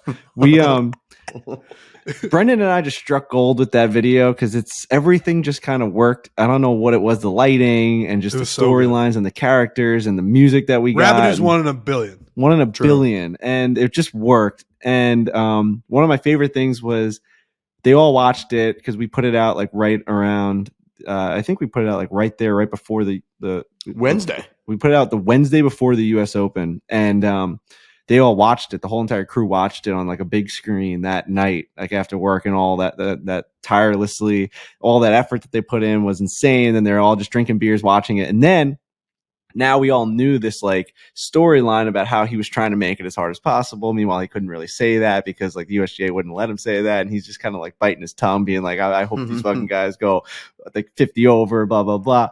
And so I would go back there because we had the credentials and I'd go see them and like, how's everything going? Because once the tournament's on, their job's done. It's just like a regular thing. Like they just basically maintain it like they would any other day. And it is what it is. All their preparation's over. So they're kind of able to talk about it. And Steve was just like kind of shaking his head all week as Bryson was tearing it up. He's like, this fucking, like under his breath, like this fucking guy, man. Like everything else was falling into place for them. Like it was holding up. Wingfoot was holding up. All of this talk about like, is Bryson going to like break golf with this new strategy of just bombing it into the rough where he can use a wedge? And he's like, this fucking guy's basically like this guy's beating me. Like he's like, he was the only guy under golf course. He was the only guy. So he won by 6. It'll be funny to see how they maybe rev it up just so that they don't have that one outlier guy.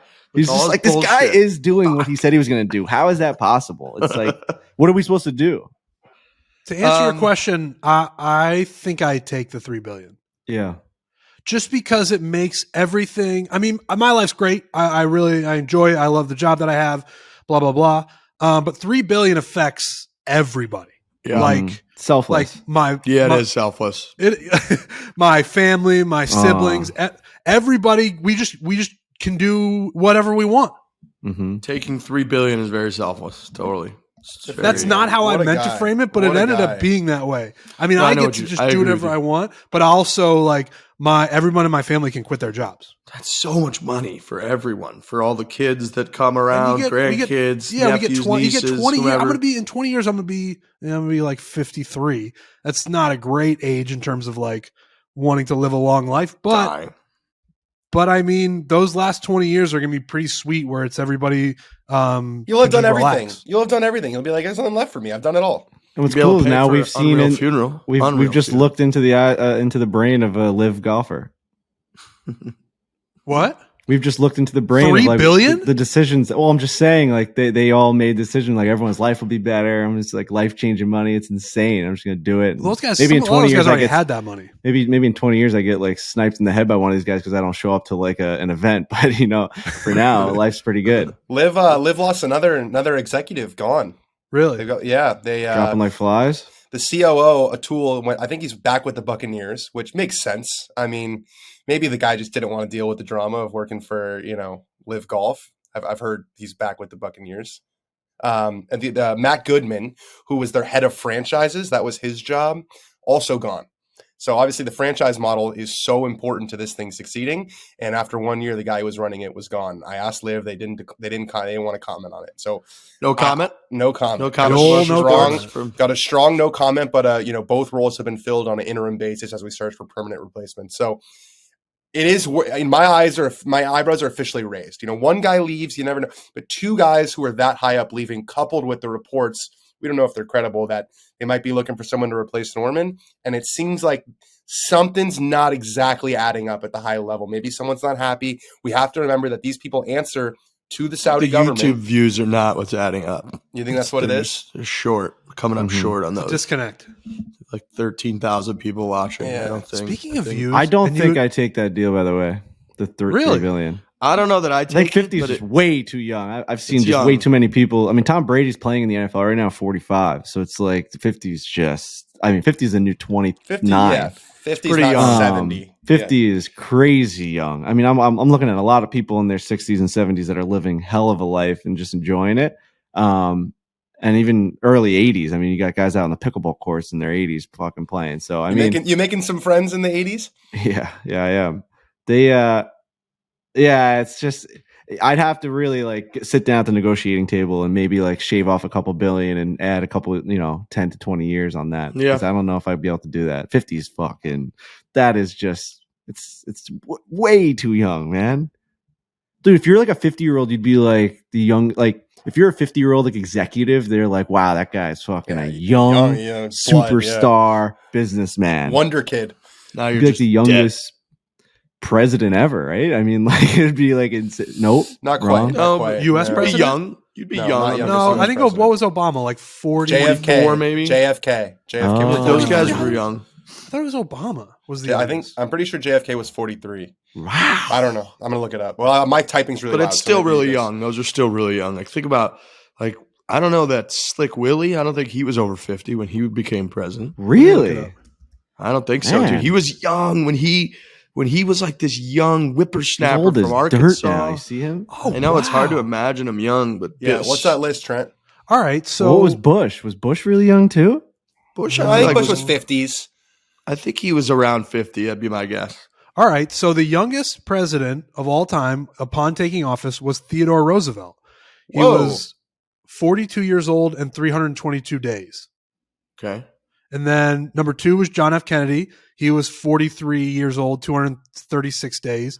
Bill Nice. Clinton is number 3, 46 Frankie. years, 154. And then number 4, Ulysses S. Grant, Of course. 46 years old, 236 days. And then Barack Obama at 47 years old, Wow. 169 days. That kind of speaks to what you were saying, Frankie, about like 40 or 50 is the new 20. Of like we viewed Obama as he was like 35 years old when he Right. became president. Right. I think you Five- could have talked 5 me years into older him than You could have talked me into him being 39 when he took office. 5 I years thought he older was than so Ulysses young. S. Grant, who was Totally. like after the Civil War was like really probably close. So to his we've death. never had a president He was like in the 30s, 87 obviously. and then. he was Yes. 42 No, you got to or be whatever. at least 35 to be president. Right. So, but nobody in their 30s. No one's been in their 30s yet. Not even okay. Boy, that would be. I mean, you got to be a real wonderkin to be the president of the You United also have to be States. signing up for something like Wonder this, Kid. where it's like the rest of your life is going to be under I mean, the majority of your life is going to be under insane scrutiny. And like, yes, you could be 50-50 or whatever, but you're signing up for a lot of bullshit if you're a 38-year-old trying to become the president. But Because it's already also- like the worst job in the world. It's the worst job in the world, but your post presidency, like that's the best part of presidencies. Right. They get book deals. True, they get true, like true. he's going to have Everyone a starts way- liking them again. Do you remember Obama was just with the Richard Branson guy like every day on his island, just like on Wave Runners with Michelle for 10 years afterwards? George It feels W. like- is painting, and everyone Yeah. Everyone pretty much loves- likes him. Kind Right, of, right unless after you Bush, right after Bush left and Trump. I mean, after Trump, everyone loved Bush. They were like, "Oh, Bush is like the nicest guy in the world." unless you try to shake his hand and you put it on Instagram, then you are also a war criminal. Someone, Apparently, that's what I found out. someone, that's right. someone. So Trent tweeted that Checks yesterday, out. and then I retweeted it of Trent like reach his hand out, and someone goes, "Wow, Frankie just smiling ear to ear with the world's most famous terrorist." I was just like, dude, I'm just kind of just taking this picture with the president of the United States. I don't know. He doesn't But have to get to. If you took office when you're 38, then at most you're going to be 46 when you're done. You got a long road as Yeah, you a do. post president. You got a great run coming up as post president. A great run. You Do just you go to think the we'll- President's you think Cup we'll on the see first one? tee. You and think we'll take see a pictures. 30s president? I feel like the way the world's going now, I think we will. Just because, like, I think feel so. like a lot of these politicians are younger and they like things are just changing.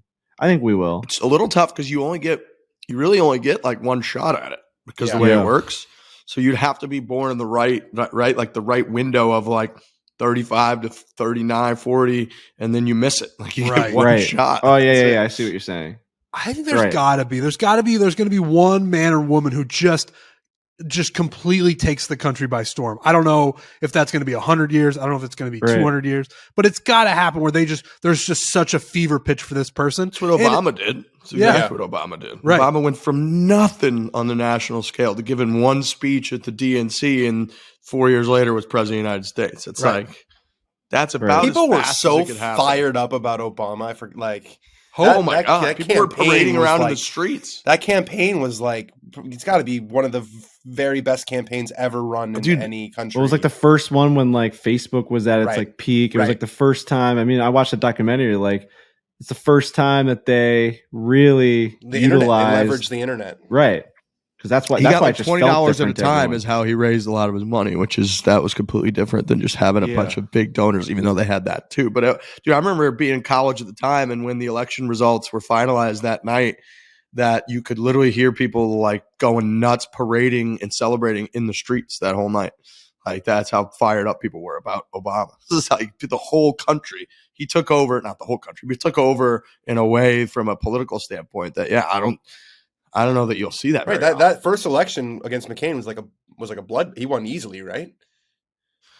It was when McCain took Sarah Palin as his VP, he got a giant bump that first couple weeks. And then obviously talking. Sarah Palin started getting a little bit exposed and she wasn't prepared and whatever, and started to go back down. But there was a point where, dude, McCain got like one of the biggest bumps ever from polling. Got like a 6 or 8 point bump overnight by just picking Sarah Palin, and things were close. But then he dusted him. And then Obama too, in his second election with election with Romney, when he got absolutely dusted in the first debate. They did 3 presidential debates that year, and Obama actually apologized to his team afterwards and said that he didn't do any preparation, and that's very common for a sitting president. Not anybody didn't prepare like he should have. It's very common for a president to be like super cocky because for 4 years you've been on such a pedestal. You obviously dominate everything, every room, every discussion, whatever, that to then go into an arena, a public arena, and have another grown adult like go toe to toe with you, it shocks a lot of incumbent presidents. And then Obama, the next couple debates, was absolutely phenomenal, and he won pretty going away against Mitt Romney. Dude, speaking of McCain, Danny, you mentioned David Foster Wallace on this podcast when we had Kyle Porter on, and I had never read any of his stuff. Oh. So when I went to Hawaii, I read one of his books, Consider the Lobster. And it's all his like articles, right? It's all of his articles put into a book, and one of them is called Up Simba, and it's David Foster Wallace followed John McCain in 2000 when he was trying to become the Republican nominee against Bush. And it is one of the best articles that I've ever read. Some of the other stuff in that book, David Foster Wallace is way too smart for me. But Up Simba, the one about McCain, that one, it's so fucking interesting following a guy like John McCain on the campaign trail in 2000. If anybody is interested in any of that stuff, and I'm really not that interested in politics in that way, but that article following a candidate like that closely, dude, it's so fucking interesting. What do you think of Consider the Lobster? Down. That one about, did that change your opinion of eating lobster at all? It made me not want to eat as much lobster. Yeah. Why? Yeah. Give me the elevator pitch on why I shouldn't eat lobster. Go ahead, Trent. All right. It's about like, it talks about what kind of pain centers do lobsters have. Like in the way that we cook them, it's always you boil them alive.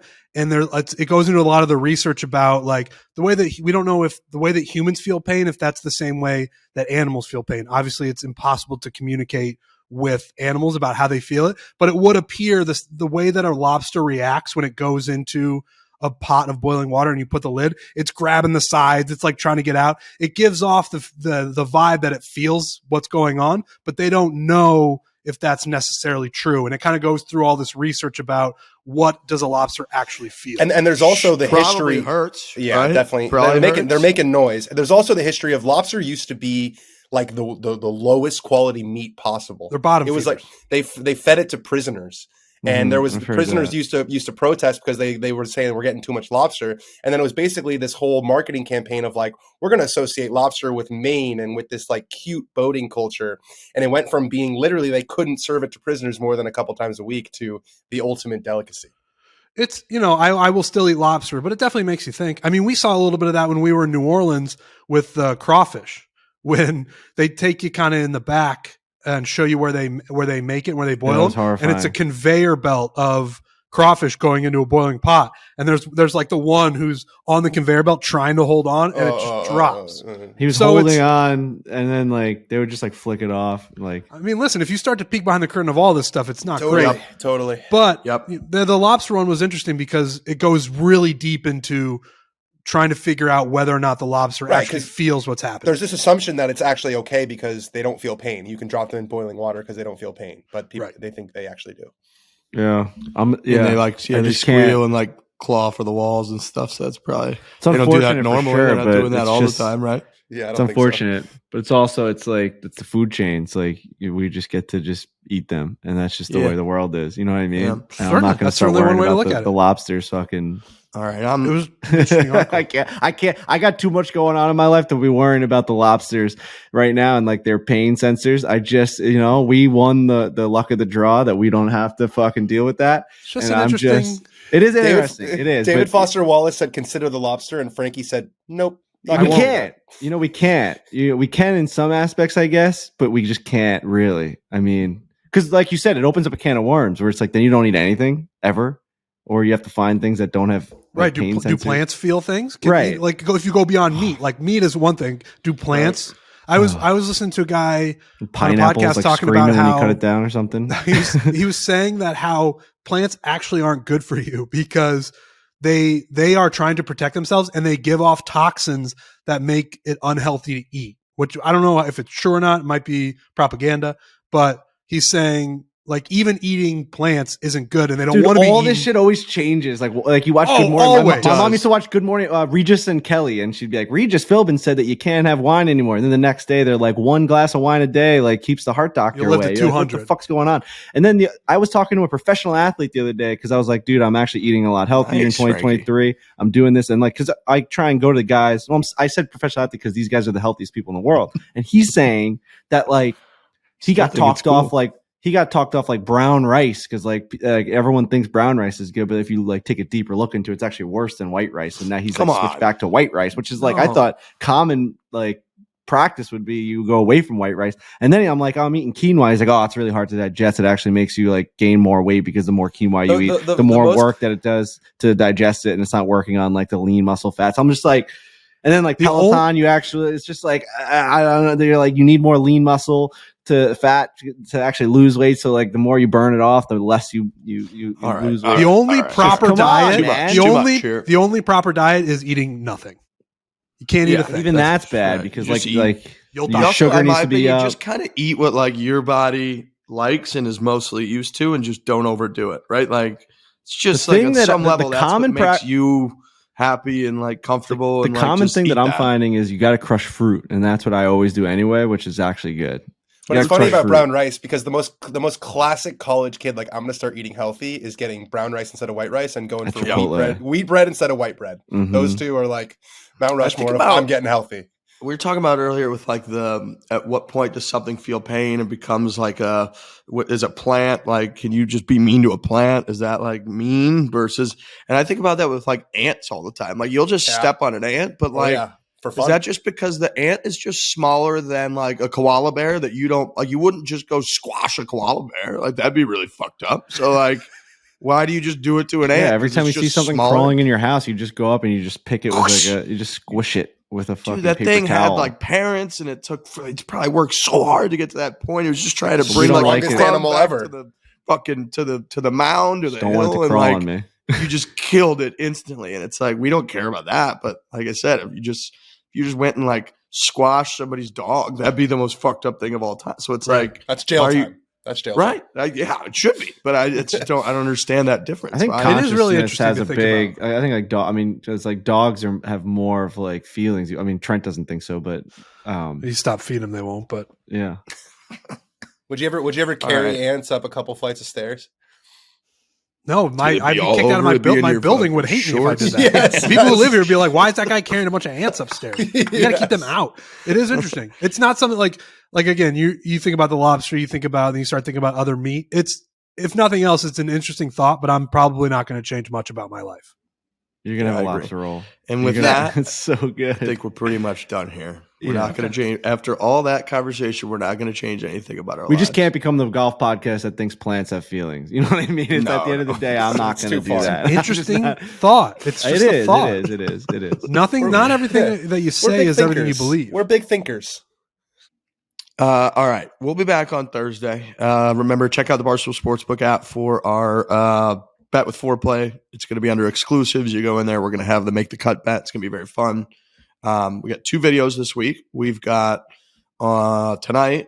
What do we have coming out today? Stealth 2, which you saw Collin Morikawa using this last week.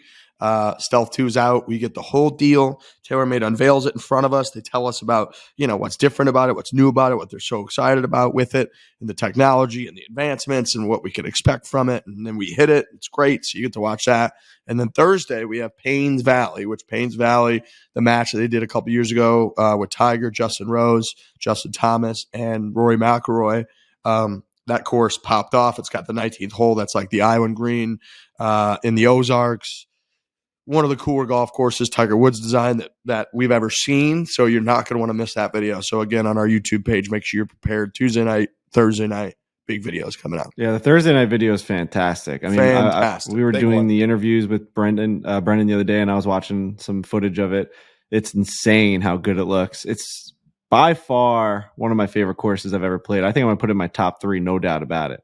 When you talk about just having fun at a golf course, if I had to play one course before I died, and they're like, you just want to have the most fun, you want to shoot a really good score, and you want to see really cool scenery, and you want to have fun, I think Paynes Valley would be right up there. It'd be Pebble and Paynes Valley for me, where it's where am I going to have the most fun? I agree with that. It's beautiful. It's in pristine condition. It's in a part of the country I think most people would not visit or would not really check out, would be blown away by, with the elevation changes and the rockiness and of the Ozarks. It's really cool. And then they built the course within that. It does have its waterfalls. It's Tiger Woods design, but it's also got the white, clean bunkers that are cut into the fairways. So it's awesome. So anyways, make sure you're subscribed on YouTube, please. And then please listen on Thursday when we're back. Have a great week. Hit it hard. Hit hard. Hit hard.